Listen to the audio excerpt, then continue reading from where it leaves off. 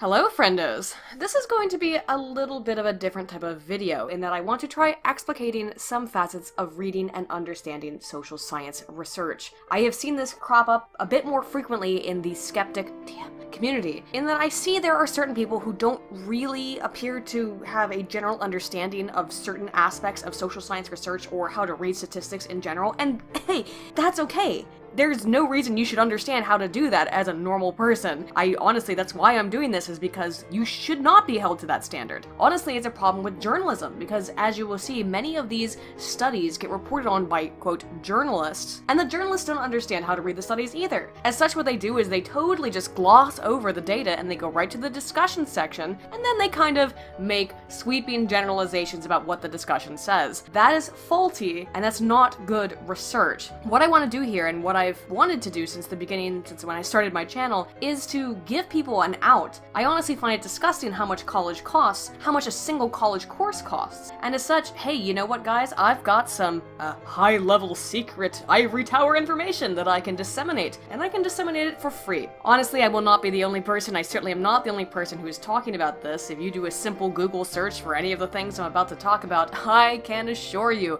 you will find some other YouTube videos on the things I'm going to explain here. However, I do swear, my friends, I will try to make it as entertaining as possible, and that is really the only benefit or reason that I can try to entice you into continuing to watch this video. I frequently am asked for assistance in reading or understanding a piece of social science research, and while I am more than happy to assist, Jesus guys, wow, that shit starts to compound very quickly, and I think it might be a bit more beneficial both for you and for me in the long term, both from a practical and logical sense, to instead put out this series of videos explaining most of the things that you would find in a social science publication. Also to do a kind of like, fuck the police, but instead of the police, it's fuck the ivory tower sort of thing. Yeah, this is gonna be essentially Introduction to Statistics 101, you get this course for free. If I could hand out a course credit for it, oh, of course I would, but haha, get it? I can't. However, if you just want to learn some shit, that's what I'm here for. The problem, though, is for most people, when they go into reading a piece of social science research,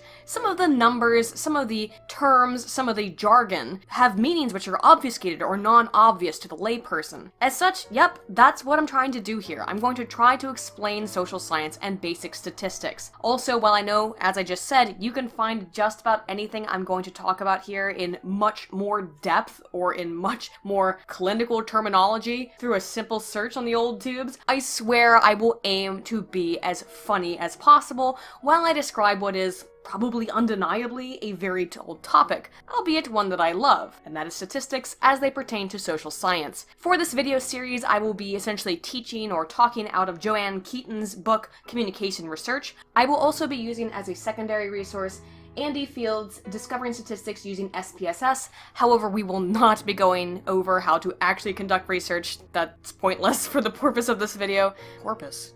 No, sorry. No porpoises. But for the purpose of this video, I will not be discussing SPSS or how to actually go in and do social science research. That's just pointless. This video in particular is going to be a little bit different than some of the others in this series. It'll probably also be the longest because I have kind of the most to get through here. While the goal of this video series is to explain the most basic concepts you may find reported in a social science research piece, I feel I need to preface the overall series, such as it is, rather than with more in-depth explanations of actual numerical values, by explaining a bit of the basics of what is social science, but particularly my field, which certainly has a somewhat warranted reputation for being filled with more bullshit than the running of the bulls. Yeah, I want to try to explain a little bit about social science first, and I actually think that is very important. We'll get into that more, but before I can explain what a number means, what's a Cronbach's alpha, for example, I think we need to just start with what is science? What is scientific inquiry, specifically as it pertains to the social sciences? First, let me state definitively, as I have before,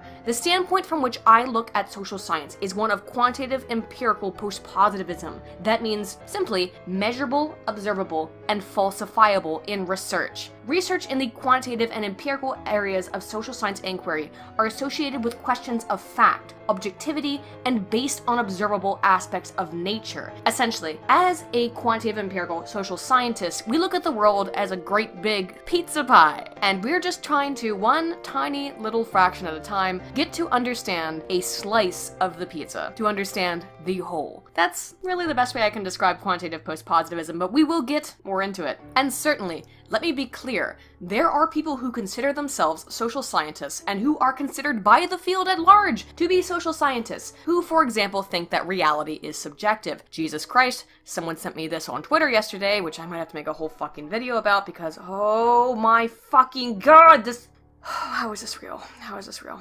But that is not the approach we will be taking, friends, nor is it one that I think most people would even require a primer to understand in terms of, really getting into the nitty-gritty of this type of research, given that people who think like, this person deny and reject the numerical quantification of data. Well, yeah, if you have no statistical outputs, if you have no data, then there's nothing really that a reader may not be familiar with in terms of understanding your research. As such, what I will be covering is social science research as it pertains to quantitative, maybe some qualitative stuff as well, but mostly quantitative data and research. Anyway, to start us out, let's look at the basis of scientific reasoning. That is the whole purpose of conducting research, right? I mean, if I ask you, what is the purpose of research? You might say, to answer questions, and you'd be correct. That's it. That is the most basic definition of why we do research, to answer questions. But let's get a little bit more in detail than that, shall we? Generally, in the social sciences, the questions we ask are related to determining the causes of behavior, and ideally, these questions seek to be able to predict behaviors based on our understanding of the internal machinations inside of the human psyche that lead to said action. We can encapsulate these causal and predictive findings in what is called a theory. Theory gets thrown around all the time. That's what a theory is, essentially. It's a predictive. There are 12 characteristics of the empirical social sciences, be they more quantitative, that is counting, or more qualitative, that is investigatory, that are important for everyone to understand when they look at a piece of published research, and they are as follows. 1. Research is evidence-based. While you can talk all you want about your lived feminist experiences and relativity, yeah, talk about that all day long in your little feminist journals, that shit has no place in serious scientific inquiry. Science requires data. 2. Research is testable. Similarly to the above, if you make a claim, like let's say there's this nebulous invisible force called the patriarchy that affects everything, but you can't measure it because science is part of the patriarchy, and that's why reality never really matches up to your insistence that such a thing exists, then not only are you probably clinically retarded, but also, again, you're not dealing in science. If we cannot measure a thing, it's not something we can study. I mean, for fuck's sake, ghost hunters at least attempts to measure their bullshit, yet see how convenient critical cultural theory is to exclude the necessity of testing and measuring, therefore permanently precluding any critical cultural theory from ever being labeled with the horrible patriarchal title of being scientific. Yeah, I mean, yippee for them, I suppose. It means that your research is always bullshit. You can't test it, you can't prove anything. And by the way, that word prove, get that out of your lexicon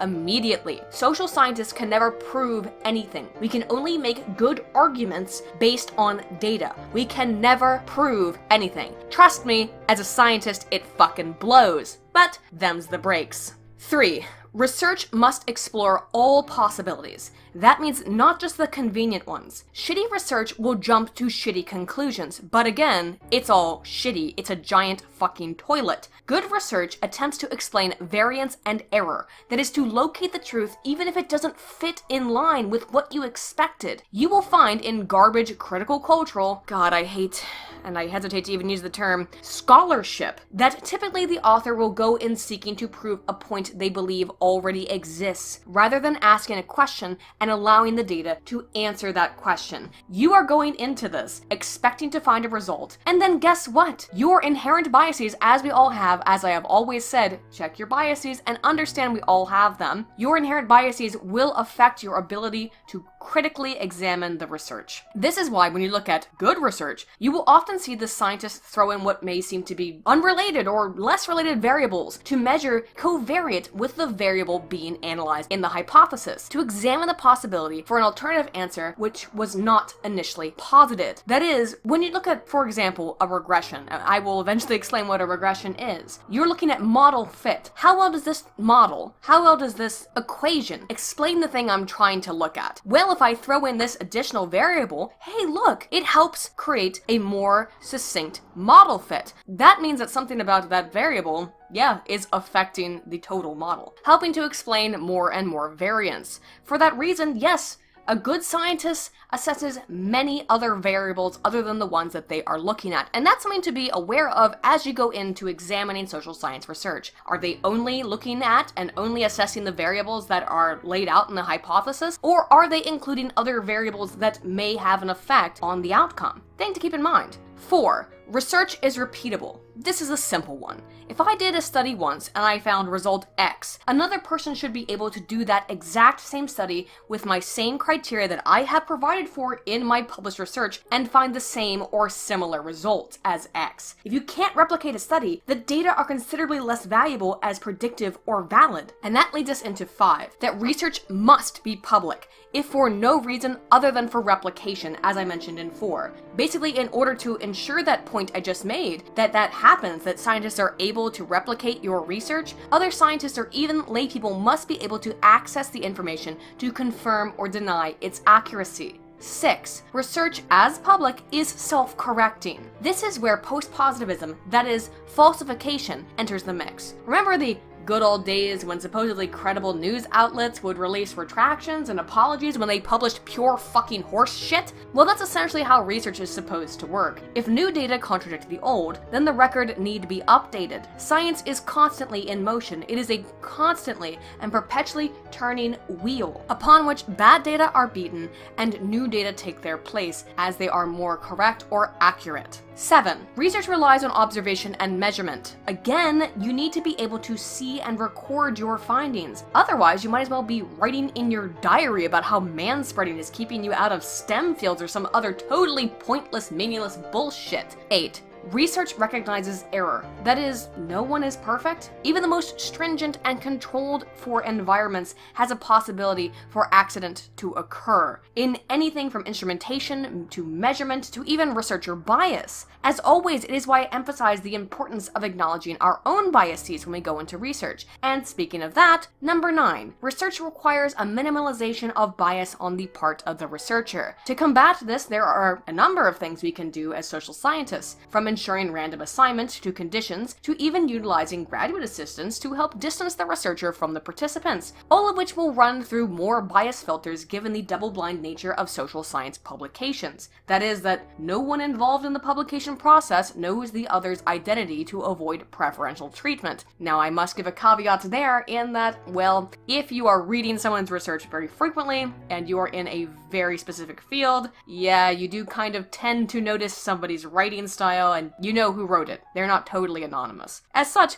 we must be constantly skeptical, about our own biases. Yes, skepticism, that word. And that leads me to the next point. This is straight out of Joanne Keaton, by the way, you guys. Research requires skepticism at its most basic level. Simply put, those who go into social science with a narrative to prove are not going to be skeptical of their work and will produce shitty research as a result, which hopefully won't be picked up by any reputable journals, but, maybe by some shit. Because here's the thing, you guys. If I pay enough money, yeah, I can definitely have my garbage fucking research. Well, my research isn't garbage, but if I was producing garbage research, I could have it published in a really terrible journal. I would just have to pay them a large amount of money. And a lot of these feminists, when you see these terrible articles, be very aware. We'll get into that. That'll be a whole fucking video of what journals to look at and what to avoid. These pay-to-play journals will publish fucking anything. Be aware when you see something published in a pay-to-play journal, that is not real research. That's bullshit meant to fuck with you. Just ignore it. Research, my friends, is one area where skepticism is not a meme. You really must be entirely open-minded, as frequently the data that you find in your research will not reflect your anticipations of those data. 11. Research should be generalizable, in that it should be able to extend beyond a single individual study. While there are benefits to doing case studies, many actually, in providing a jumping off point for further research, a case study of course is a study of a unique individual or instance, ultimately social science should seek to answer questions within a theoretical framework that can apply to many instances within a set of boundary limits. That is, any theory that we come up with in social science. This is not physics, guys. There is no universal social science theory. Every social science theory needs a boundary limit. That's one of the major key pieces of being a social science theory, is having a boundary limit. We will get into stuff like that again in the future and in future videos. No single theory can explain human behavior. We're just too fucking weird. So boundary limits are required. And that means even though you do seek to have a generalizable theory, you're never going to explain all of human behavior with a single fucking theory. And in fact, the theories that attempt to kind of get at that sort of thing, such as systems theory or uses and gratifications,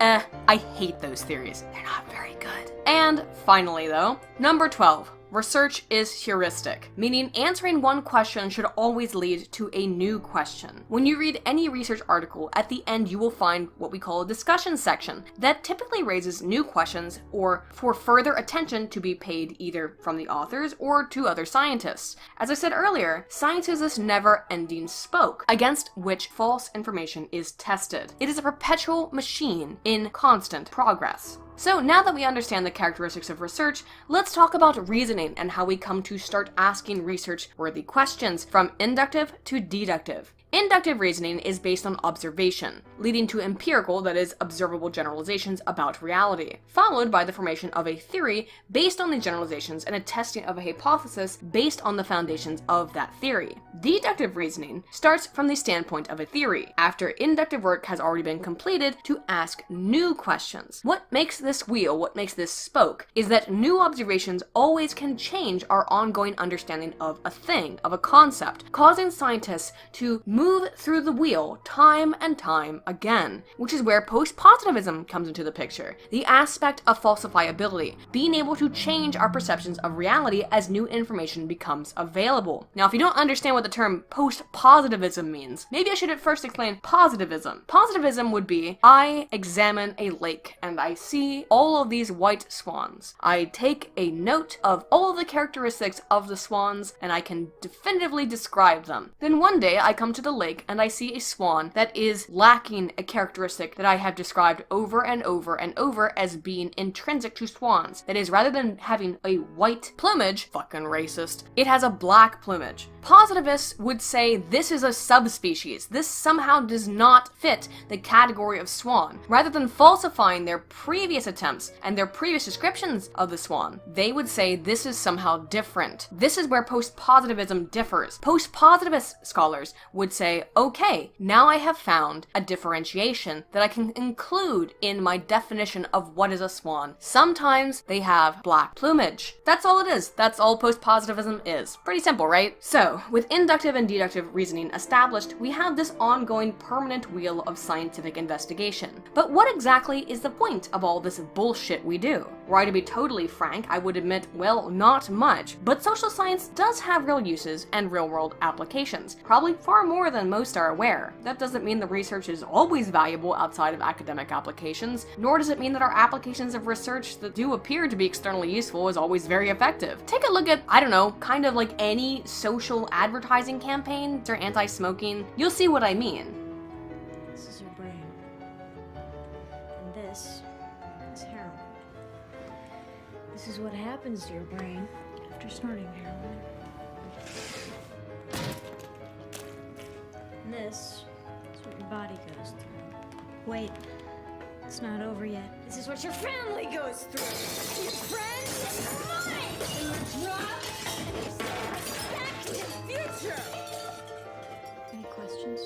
But for what we're discussing right now, I want to get into the types of answers that social science seeks. What we are looking for when we conduct this bullshit research, as bullshit as you may believe it to be. Typically, there are 4 types of answers we seek. Descriptive analysis of a phenomenon. That is, we just want to detail what we are witnessing for some reason. Explanations of a phenomena. That is, a theory to explain why this thing is occurring. Predictions related to a phenomenon, which are often measured with regression analysis, in which case we seek to develop a model that would describe the set of criteria needed to anticipate the occurrence of said phenomena. And finally, and most difficultly, to explain why a phenomena occurs. The rarest and most elusive of answers in social science inquiry. Why? Why is a much more confusing and confounding answer to come to definitively than how or when. Why is really the hardest question we can ask. So, now that we know the types of answers that social science seeks, how exactly do we come to those types of answers? Well, there are 4 major methodologies used by social scientists to come to conclusions. The first and most involved is experimental design. Trust me, friends, we're going to go over experimental design in an entire video in and of itself. I will cover that in much depth as it deserves considerable attention. Yes, experimental design is a coy lass that must be handled with delicacy and care, but if you treat her with much time and consideration, she will reward you with the best scientific rewards your art could desire. Anyway, by that I mean experiments take a lot of work to set up, far more than any other type of methodology. Again, it's something I will get far more into at another time. Experiments require a temporal difference in measurement between time 1 and time 2 at a minimum. They require significant levels of control, which improve their ability to be internally consistent, while simultaneously often reducing the applicability of the findings to the world at large. But all of the things to understand about an experiment at this point, you should concern yourself with this. This is the thing about experiments you should consider.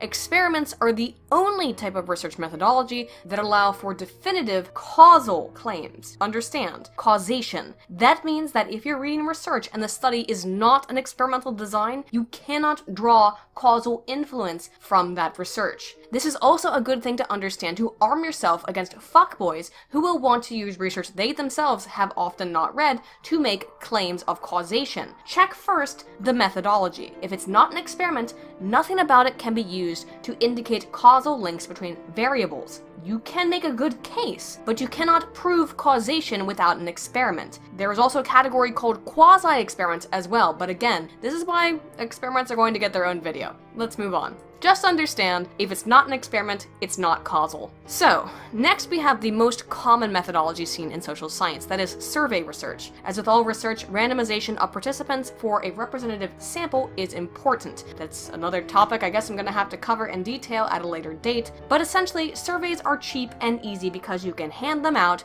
rake in the data, and run whatever type of correlational level data you want between the variables. You can run regressions, that is, you can run predictive modeling using survey data. Ugh, again, fuck me, guys.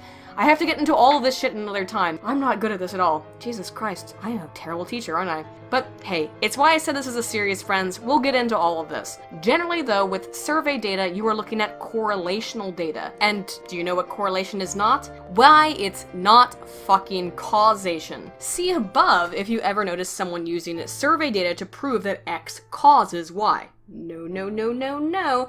Not with that shitty correlation, it doesn't. Look, this is kind of the most commonly used example that we have, but guys, there is a correlation between violence and ice cream sales. That's weird, right? There's something else, though. There's something called a moderator variable, and that moderator variable in this equation is heat. When it's hot, people buy more ice cream, and when it's hot, people commit more crime because it's fucking hot and they're pissed off. I'm pissed off right now because it's fucking hot. God damn it. Surveys also suffer from problems with validity of their instrumentation. That is, sometimes researchers just don't come up with the best battery of questions to really measure what they think they're measuring. For example, this instrument, which is designed to determine how much a person feels they're really truly inside a narrative story, inside the plot of a TV show, a movie, or a book, is often criticized because it really just seems to assess how much a person likes a piece of media, which has nothing to do with how much you feel you are inside of it. I mean, for fuck's sake, look at how many people love Game of Thrones. Do you think most of them are truly enjoying it while being completely immersed? Truly enjoying how they see their favorite character die? No!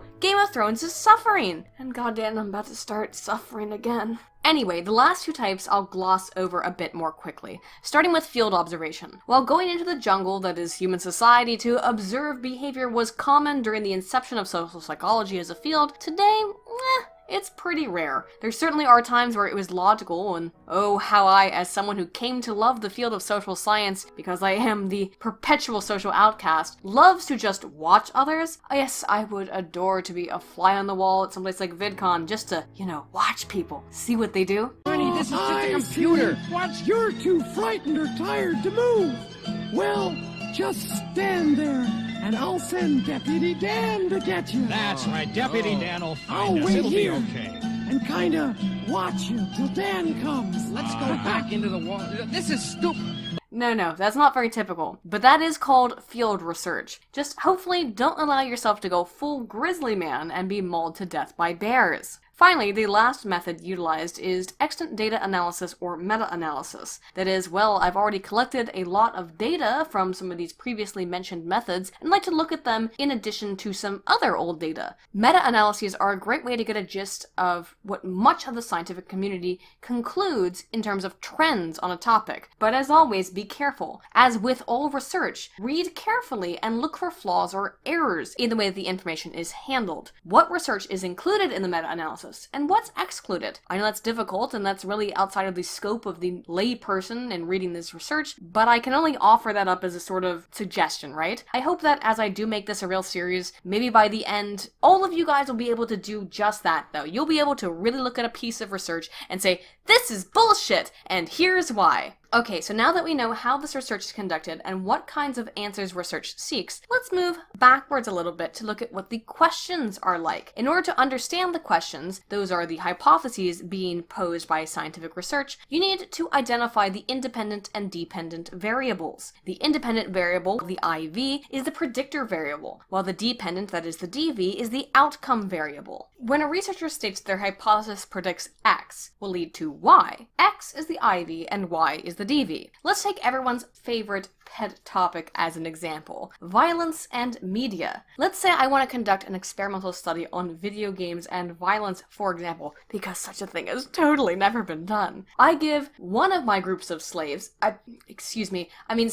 a violent video game to play. Let's say Minecraft. Do you have that game Minecraft? Penny was telling me she was playing it on her computer book. Let's play Minecraft. The other group, I have watched a marathon of feminist frequency videos. A totally neutral piece of media. Afterwards, I survey them asking about their level of agitation. Obviously, the people who played the evil, I'm guessing it's racist and definitely sexist game made by a literal double Hitler, will report far more agitation. Am I right? No, I'm wrong, because that's complete bullshit. My point is, in that ridiculous and completely invalid proposed study, is that what are the IV and what are the DVs? The IV is the media introduced, be it a normie video game or an intolerable series of videos, while the DV is self-assessment of irritation or anger. Understand? In an experimental design, we may call the IV an explanatory variable, given that we can more easily place it into a predictive model. But in survey-level research, the IV and the DV are ways to conceptualize of these ideas that may be related to each other. Again, survey data, not predictive, not causal. Finally, as a last aside on the basis of research, I need to discuss levels of measure. The levels of measure in data are as such: nominal, ordinal, interval, and ratio. Nominal, as the name implies, is about naming the categories that are exclusive and exhaustive. There is no hierarchical order to them, as in a subject can only be male or female, sorry Tumblr, which are distinct and discriminate while holding no measurable difference. And by the way, yeah, again, Tumblr, Riley Dennis, who the fuck ever, even if we did live in a Fantasyland where there were 9,000 genders, gender would always be a nominal piece of data. It's a category. Next is ordinal, which is typically used for categories that do have order to them, but that order is not equal or equivalent between groups. Typically, you would see this in questions on a Likert-type instrument regarding income or age range, as in, for example, how much does your family earn? 0 to 25,000, 25 to 50,000, 50,000 to 100,000, or 100,000 and above. You see that last question? 100,000 and above. That includes all numbers, of course, above 100,000, and as such is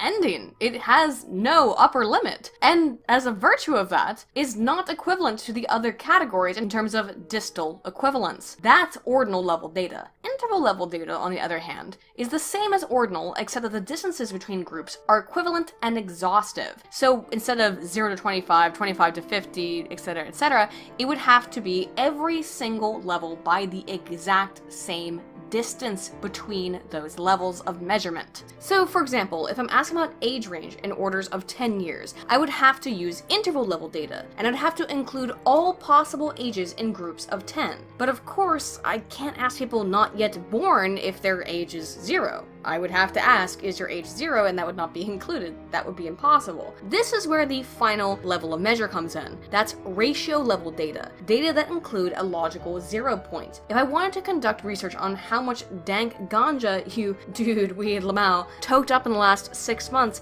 I would have to include 0 as a number in that research. Otherwise, my data would not properly account for people who aren't members of the Libertarian Party.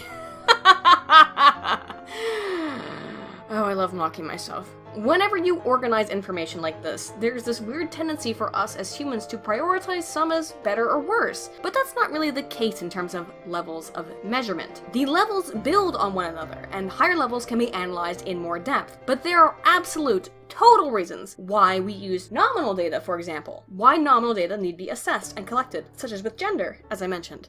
So, now that you guys have all the basics down, let's synergize everything we just talked about by looking at the model of quantitative research. You start out with 2 basic premises, both your empirical observations, that is the things you can see and observe, and your understanding of the extant literature, as should be bolstered by further examination into the observation or the predictive model, or the prediction made. Once you have assessed in culmination, you form a research question or a hypothesis. Now, there is a difference between a research question and a hypothesis, and it's simple. And keep this in mind when you're reading research if the researchers are posing RQs, research questions, or H's, hypotheses.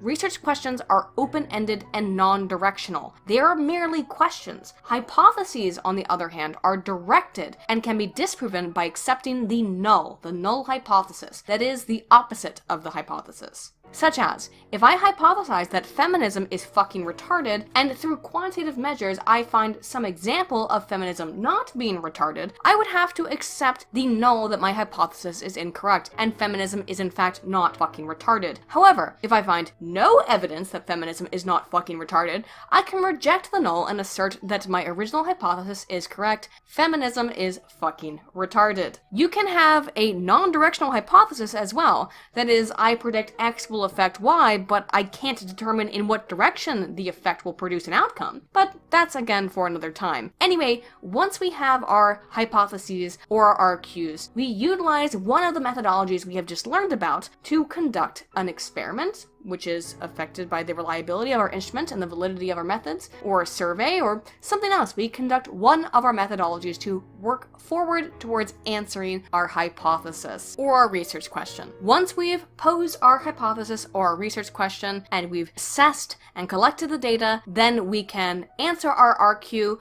or we can accept or reject our null. And yep, them's the basics of social science research. Really all science research. Really guys, seriously tell me if you enjoyed this video and want me to continue to produce this series. I find this very enjoyable to talk about, and I hope I can make it enjoyable for you as well. If you all liked this, I will continue to try to regularly upload content about understanding statistics and social science. I think I'll take us all the way up to about ANOVAs, analysis of variance, and regressions as an ultimate goal. And if you guys don't know what an ANOVA or an analysis of variance or a regression model is, you know what? Good for you, because if you like this, I will eventually make sure you understand what it is. I really hope you guys enjoyed this, and I hope it wasn't too boring. Tell me if you have some way to spruce it up to make it a little bit more entertaining. If you enjoyed this video though, please be sure to like and subscribe. I'm Aydin Paladin, Altana Volt.